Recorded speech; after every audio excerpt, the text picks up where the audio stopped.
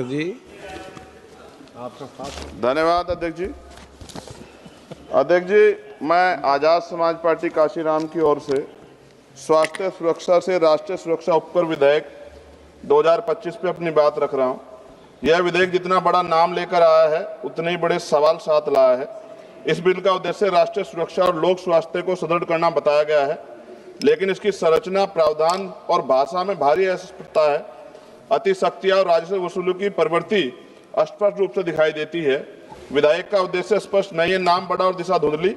सरकार कहती है कि उपकर राष्ट्रीय सुरक्षा और लोक स्वास्थ्य पर व्यय को पूरा करेगा, लेकिन कौन सी राष्ट्रीय सुरक्षा परियोजना, कौन सा स्वास्थ्य कार्यक्रम, कितना फंड किस योजना को मिलेगा, किस मंत्रालय को कितना आवंटन होगा, विधेयक में एक भी ठोस उल्लेख नहीं। इससे यह उपकर विषय वस्तु के बिना नाम मात्र का कर बनकर रह जाता है। अध्यक्ष जी, विधेयक स्पष्ट कहता है कि उपकर का पैसा कंसोलिडेटेड फंड और ऑफ इंडिया में जमा होगा। इसका अर्थ है पैसा किसी भी सामान्य सरकारी खर्च में मोड़ा जा सकता है। ना संसद में स्पष्ट हिसाब मिलेगा, ना जनता को पता चलेगा कि स्वास्थ्य या सुरक्षा में कितना पैसा लगा है। यदि पैसा कहीं भी जा सकता है तो इस उपकर का नाम स्वास्थ्य सुरक्षा क्यों? उत्पादन आधारित उपकर, उद्योग पर भारी प्रहार।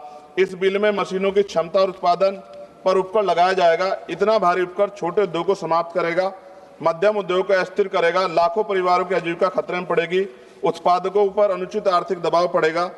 क्या सरकार उत्पादन और उद्यमियों को दंडित करना चाहती है बिल लाकर? क्या अधिकारियों को अत्यधिक सख्त या भ्रष्टाचार का खतरा दोगुना? विधेयक में तलाशी, जब्ती, छापे, निरीक्षण, गिरफ्तारी और सख्त ऑडिट के विशाल अधिकार संयुक्त आयुक्त स्तर के अधिकारियों को दिए गए हैं। इससे अधिक शक्तियों से दमनकारी कर वसूली बढ़ेगी, व्यवसायी भय में काम करेंगे, भ्रष्टाचार और रेंट स्कीम को बढ़ावा मिलेगा।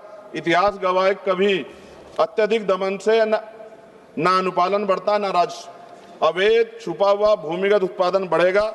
जब मशीन की क्षमता पर भारी उपकर लगाया जाएगा तो उद्योग उत्पादन छुपाएंगे, अवैध यूनिटें चलाएंगे, अंडरग्राउंड फैक्ट्रियां बढ़ेंगी, काला बाजार मजबूत होगा।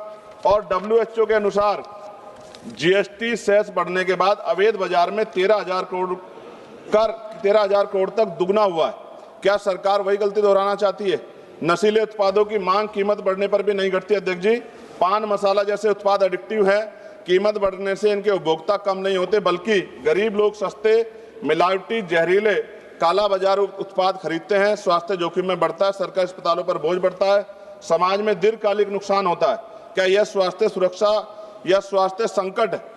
राज्यों को उनका संवैधानिक हिस्सा न मिलना, इससे उपकर नॉन डिविजिबल है।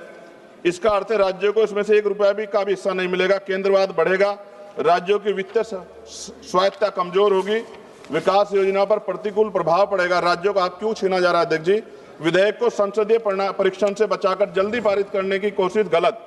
इतना महत्वपूर्ण और व्यापक प्रभाव वाला विधेयक उद्योग, उपभोक्ता, राज्यों, कर प्रणाली, आर्थिक गतिविधि सभी को प्रभावित करता है। निष्कर्ष जी, यह विधेयक देश हित में नहीं राजस्व हित में है।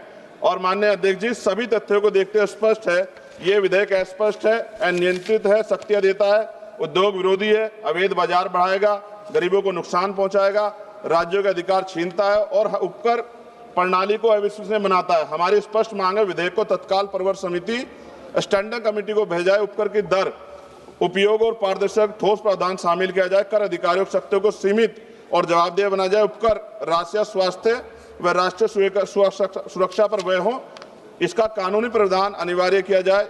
इन्हीं शर्तों के साथ इस बिल का मैं विरोध कर संशोधन सहित पुनर्विचार की मांग करता हूं। अध्यक्ष जी, अंत में इस बिल को पढ़कर मुझे ऐसा लग रहा है कि देश की सुरक्षा में अब अत्याधुनिक हथियारों की नहीं, पान मसालों की ज्यादा जरूरत है। और हर चौराहे पे खड़े होने वाला व्यक्ति कहेगा कि देश की सुरक्षा में सबसे बड़ा योगदान उसका है। धन्यवाद अध्यक्ष जी। जय भीम, जय भारत।